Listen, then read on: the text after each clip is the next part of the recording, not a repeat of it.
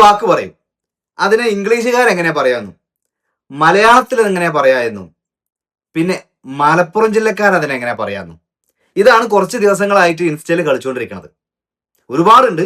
അതിൽ ഇന്നലെ ഞാൻ കേട്ട ഒന്നത്, ഐ ആം വെരി ഹംഗ്രി, എനിക്ക് വളരെയധികം വിശക്കുന്നു.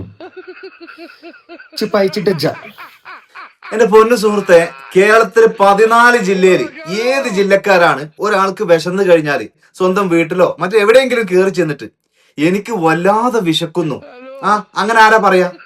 ആരെങ്കിലും പറയോ? ഒരാൾ തന്റെ വീട്ടിൽ കയറിയിട്ട് അമ്മേ എനിക്ക് വിശക്കുന്നു, അങ്ങനെ ആരെങ്കിലും പറയോ? എന്റെ വിശപ്പിന്റെ വിളിക്ക് ഉത്തരം നൽകാൻ അമ്മേ എനിക്ക് ഭക്ഷണ പദാർത്ഥങ്ങളോ മറ്റു പാനീയങ്ങളോ എന്തെങ്കിലും തരൂ, ആ വിശപ്പിനെ ശമിപ്പിക്കാൻ വേണ്ടി എന്നാരെങ്കിലും പറയോ? ഇല്ല. മലപ്പുറം ജില്ലക്കാര് കഴിച്ചിട്ട് വെച്ചാന്ന് പറയും. അത് കേട്ട ഉടനെ എന്ത് ചെയ്യുന്നറിയോ? വീട്ടിൽ എന്താണോ ഭക്ഷണം ഉള്ളത് അത് എടുത്തു തരും. ചിലപ്പോ കഞ്ഞിയോ പയറോ ചിലപ്പോ ചോറോ എന്തെങ്കിലുമൊക്കെ ആയിരിക്കും.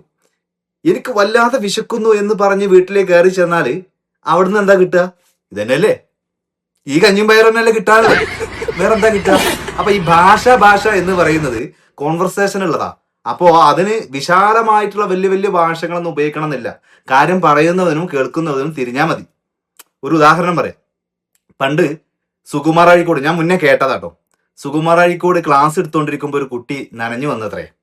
അപ്പൊ മാഷ് ചോദിച്ചു, കാലവർഷത്തിന്റെ ഖനാന്ധകാരങ്ങള് തളം കെട്ടിക്കിടക്കുന്ന കാർമേഘ കീറുകളിൽ നിന്നും മെഴുനീർത്തുള്ളികൾ ഒറ്റ വീണ് നനഞ്ഞതാണോ മോനെ നീ ചോദിച്ചു. ആ കുട്ടിക്ക് ഇത് മനസ്സിലായില്ല. കുട്ടി പറഞ്ഞു, അല്ല മാഷേ, ഞാൻ മഴ ഉണ്ട് തന്നെയാണ്.